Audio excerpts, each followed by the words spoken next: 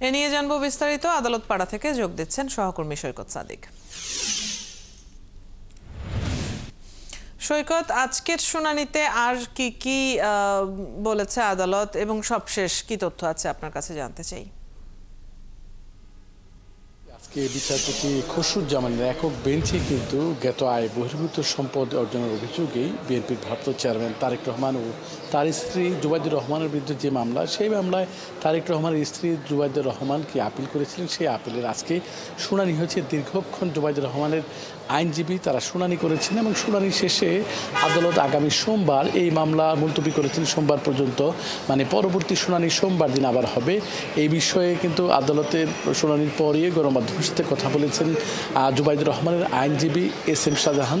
তিনি জানিয়েছেন তারা আজকে দীর্ঘক্ষণ যে শুনানি করেছেন, সেই শুনানিতে তারা যুক্তি দেখিয়েছেন কিভাবে দুদক যে মামলাটি করেছিল সেই মামলাটির মধ্যে বা সাজা দেওয়ার ক্ষেত্রে নিম্ন আদালত কি আইনের বাধা রয়েছে, কি অসঙ্গতি ছিল এবং কি কারণে এই মামলা থেকে পুরোপুরিভাবে জুবাইদুর রহমান অব্যাহতি পেতে পারে, সেই যুক্তিগুলো তারা আজকে আদালতে উপস্থাপন করেছেন এবং তারা প্রত্যাশা করছেন যে পরবর্তী শুনানি যে সোমবার দিন হবে, সেই শুনানিতে তারা দীর্ঘ সাবমিশন করবেন এবং তারা তাদের যুক্তিতর্ক উপস্থাপনের পরেই কিন্তু তারা প্রত্যাশা করছেন যে এই মামলা থেকে জুবাইদুর রহমান পুরোপুরি খালাস পাবেন এবং তারেক রহমান, বিএনপির ভারপ্রাপ্ত চেয়ারম্যান তারেক রহমান, তিনিও যেহেতু এই মামলার আসামি, তাকেও এই মামলা থেকে অব্যাহতি পাবেন, এরকম একটা প্রত্যাশা জুবাইদুর রহমানের আইনজীবী SM শাহজাহান তিনি জানিয়েছেন।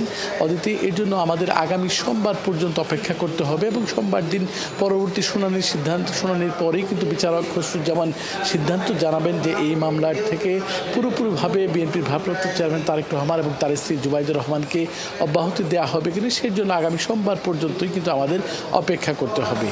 অদিতি, ধন্যবাদ সৈকত, আপনার কাছ থেকে আমরা সবশেষ তথ্যগুলো জেনে নিচ্ছিলাম।